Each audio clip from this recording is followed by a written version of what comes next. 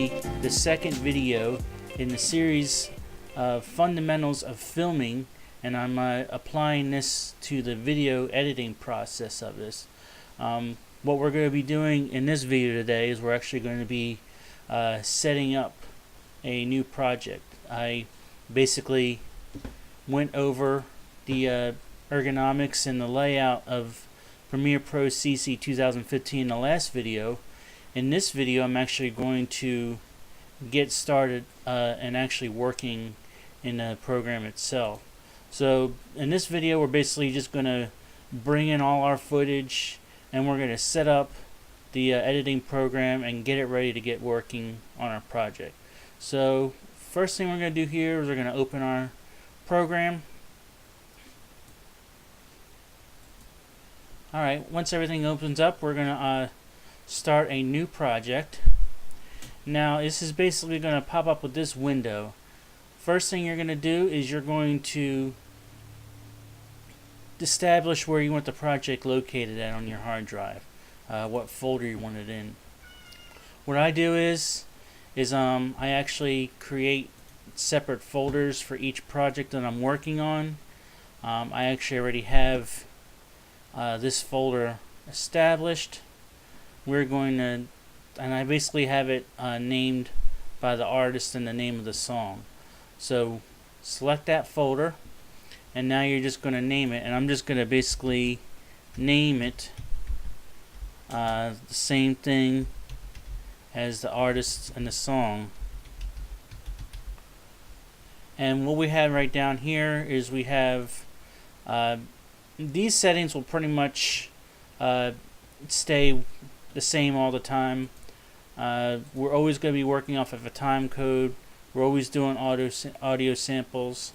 We're not actually capturing video anymore. That's more the mini DVDs and pre-digital SD cards and all that. So these are pretty much going to be left alone.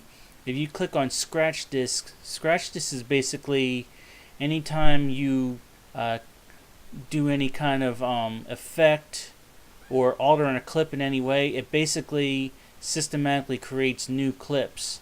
And what the Scratch Disk is basically saying, well, where do you want me to put these new clips at? And it's always going to be the same folder where everything else is. So you're just going to leave that stuff alone. With Premiere Pro CC pretty much defaults to all this. So we'll go ahead and click OK, and we'll have the program open up here. Okay, so in my last video I went over the layout of everything here, so you can have a basic sense of what's going on. The first thing we're going to do is we're going to work on our project window over here. And what I always do, first thing I do is I create a bin, and I call the bin clips. And basically all the raw footage that I shot on location for this video is going to go into this bin. So if I double click it, you'll see this window come up. This is just basically the contents of the bin expanded into another window. Now you can see it's empty because we haven't imported anything yet. So to import our footage, I'm simply going to go to the File drop-down menu. I'm going to go down to Import. Now what's going to happen here is it's going to bring up this window, and it's going to say, well, where do you want to get your footage from? Now I already have the footage downloaded on my computer. I already have it set up in a folder, and you can see it's actually the clips folder. So the clips folder on the project folder itself, as well as the bin, the names match. So that way it's just a more streamlined process of working. So what I'm going to do is I'm going to bring all this in. I'm going to hit Control A, and you're going to hit Open. Now what's going to happen here is two things. First of all, it's going to bring the files in slowly but surely here. Second thing that's going to happen, you're going to look down in this area. You're going to see Generating Peak File. Basically what this is doing is it's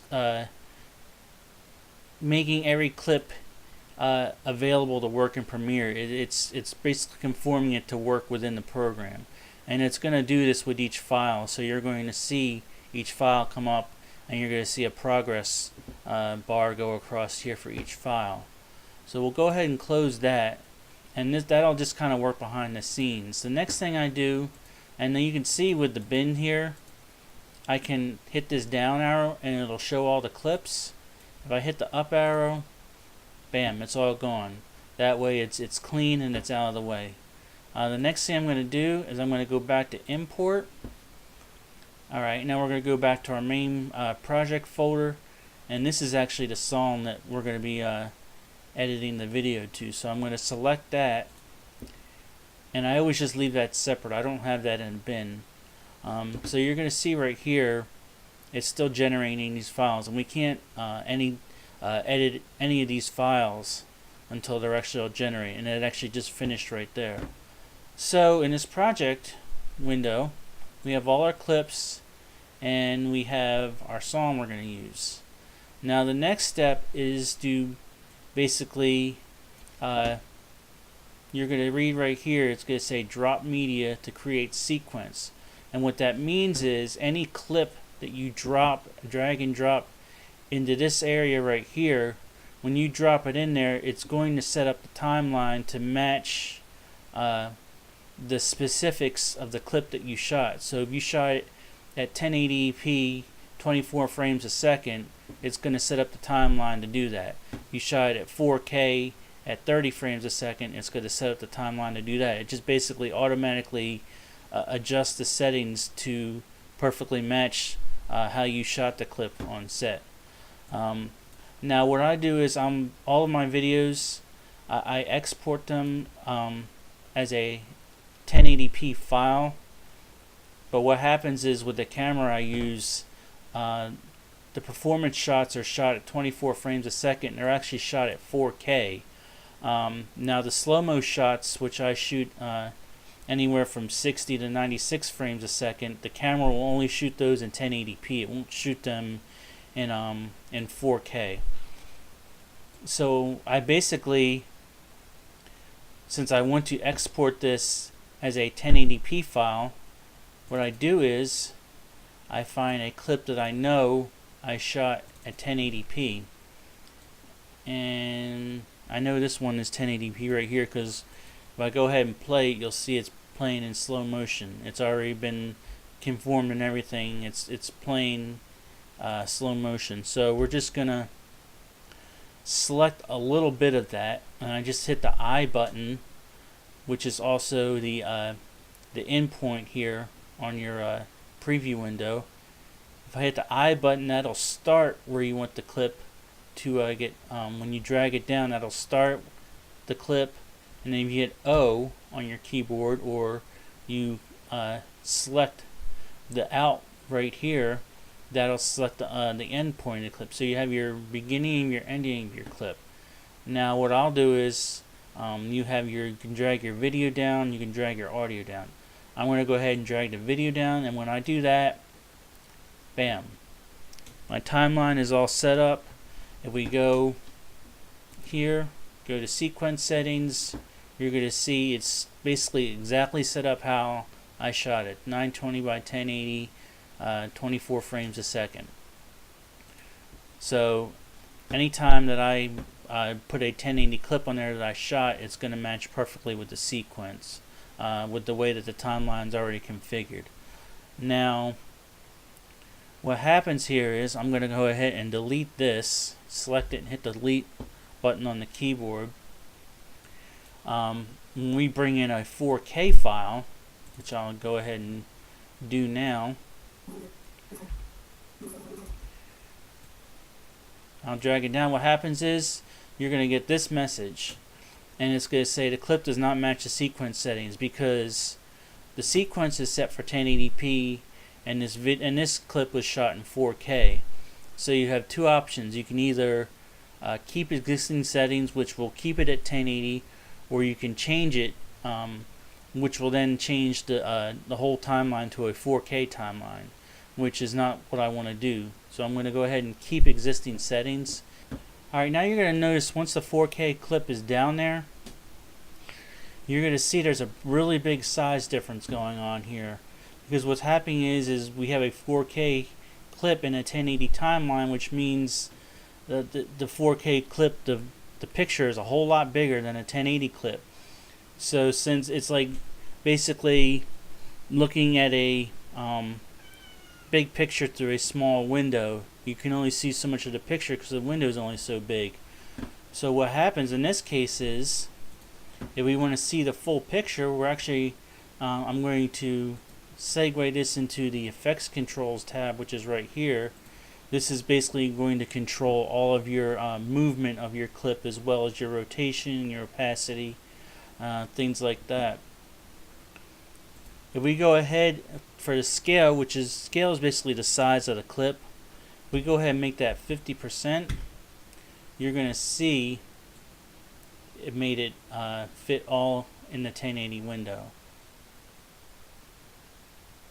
And when we take it back up to 100, which is the true size of 4K in a 1080, you can see the big difference here. So we'll go ahead and make this 50. And now you have the full frame right in the 1080 timeline. But the beauty of working with 4K is now, say like you have the option of reframing a shot. So say like right here, I don't want that light in there. So I'm going to bring this up 76%. The lights wasn't in that shot now. We have it in, it's a much tighter shot, as opposed to when we put it back to 50, there's more of the light in there. So we can manipulate a shot. Say we want to move them over this way more, reframe them. There's a lot of options there because you have more information than what will fit on the timeline, and that's one thing I love about doing a 4K clip in a 1080 timeline, is that you can reframe a clip, you can zoom in and out, and you don't lose any resolution at all because the file size is larger. So we're gonna make this the regular size again.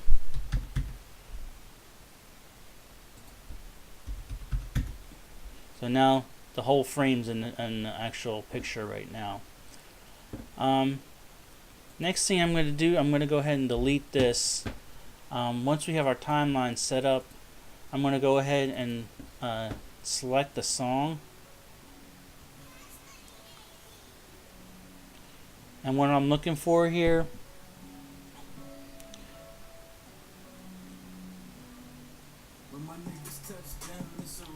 we want to find a part of this song. What I'll actually do, my bad, what I'll do is I'll actually bring it down, drag the audio down to audio 1, and I'll actually sync it up via on the timeline right here, rather than try and do it in the preview window. So we're going to look for a part in the song that'll match. Alright, so right there looks like a good point. So we're going to basically just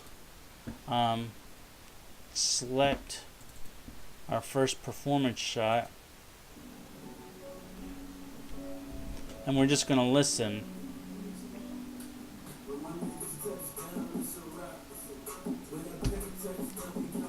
And right there, we basically set at the same endpoint as where our cursor is on our timeline, and we're just going to simply drag the video down, not the audio in the video, just the video. And like I said, because the picture is bigger than the actual sequence, we're going to go ahead and just set that to 50%, just so we have the whole frame in there. We can manipulate the shot later once we get to editing. So it should be, it's synced up perfectly.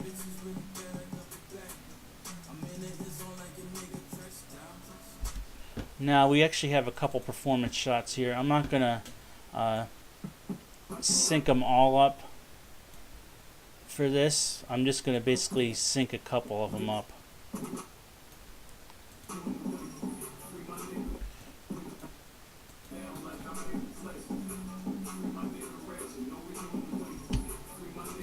So we'll look at another part of the song where we can sync that up.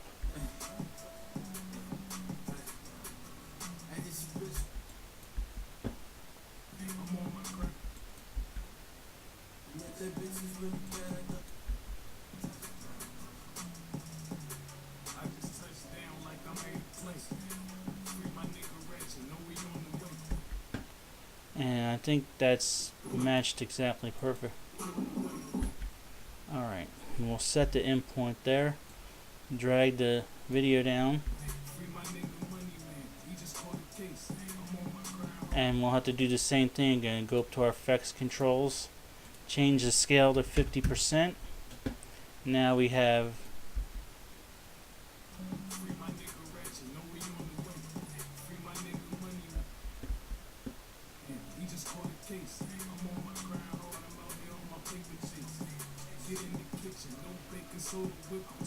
two clips that are perfectly in sync with the song right now.